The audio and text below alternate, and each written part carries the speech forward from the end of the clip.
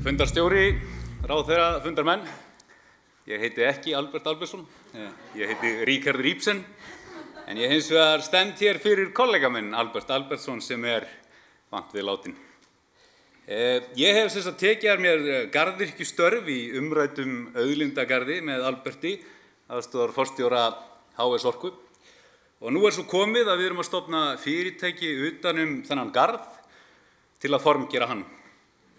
Við höfum unnið að þessu verkefni langt skeið og í samstarfi við prófessor Þorstein Inga Sigfússon, forstjóra NMI, Ingvar Eyfjörð athafnamann og Jefferson William Tester, prófessor hjá Cornell háskóla, að þá hefur sem sagt undirbúningur staðið lengi yfir og einnig hafa að honum komið ýmsar stofnanir og fyrirtæki.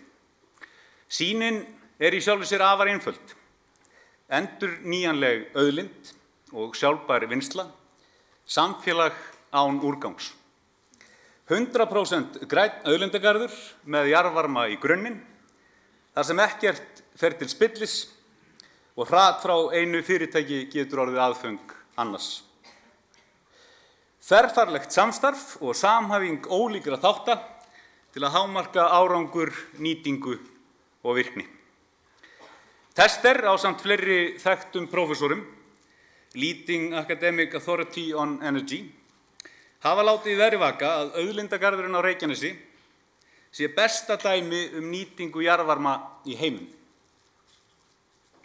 Þar fjölnýting í hávegum höfð og spin-off áhrifin hreint út sagt ótrúleg.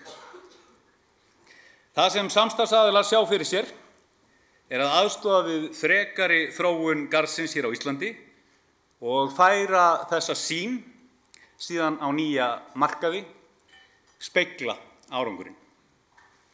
Orðalagið sem þessir leiðandi aðilar nota eftirfarandi. Use it as a model for integrated, renewable and sustainable energy solutions around the world, built on the successful Icelandic model. Við nýttum okkur að sjálfsögðu tæknina og við skulum leyfa meisturunum að flytja sinn boðskap.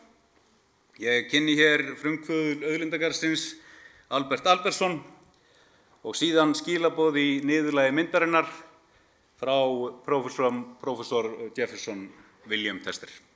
Gjörið svo vel.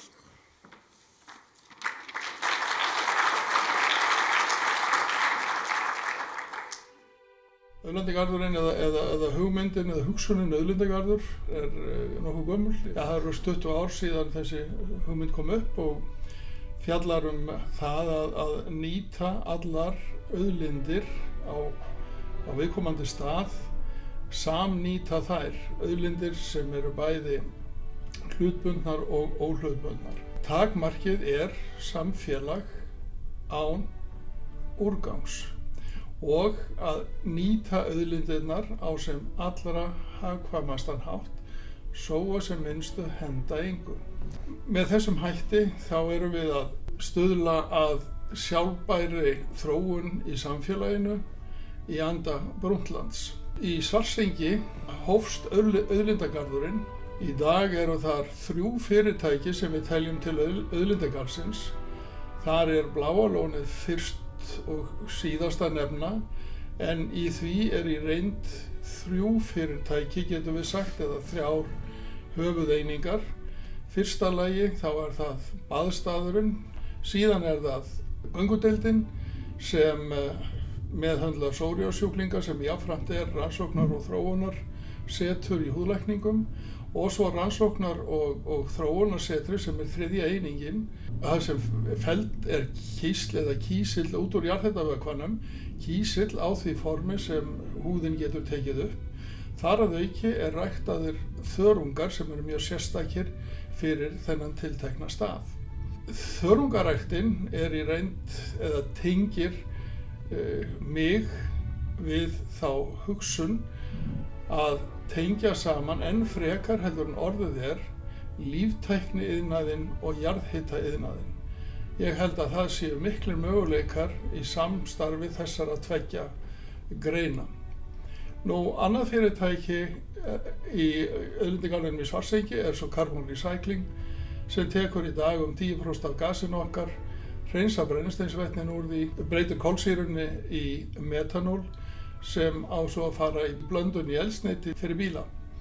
Og Carbon Recycling hefur nú ákveðið að stækka sína verksmiðju og taka allt gas nánast sem Svartsengi getur gefið.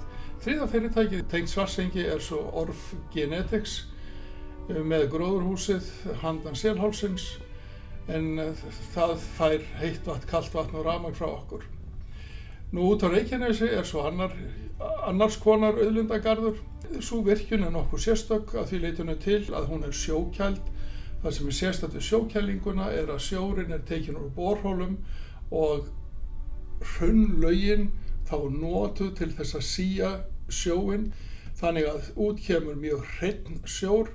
Hann fer 8 til 9 gráður inn í virkjunina, inn í Eimsvala virkjuninnar.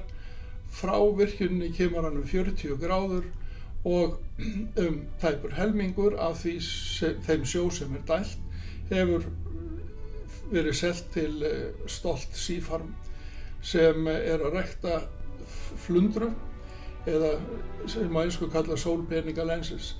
Til viðbótar því eru þarna 2 önnur fyrirtæki, Haustak sem er að þurrka hausa og dálka og að auki vinna úr innyflum fiska eða gorinu, fiskimjöl, lýsi og í gegnum Kollandi-verkefnið að þróa aðferðir til þess að ná ensími úr innyflunum. Nú það er annað fiskþurrkunarfyrirtæki, Hátt hefur einnig á staðnum.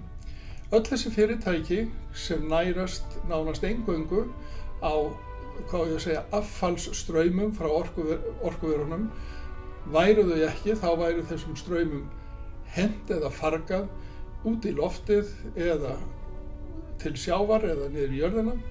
Í raun gætu fyrirtækin sem nærast á affallsstraumunum verið mun fleiri. Ævintýrið er rétt að byrja.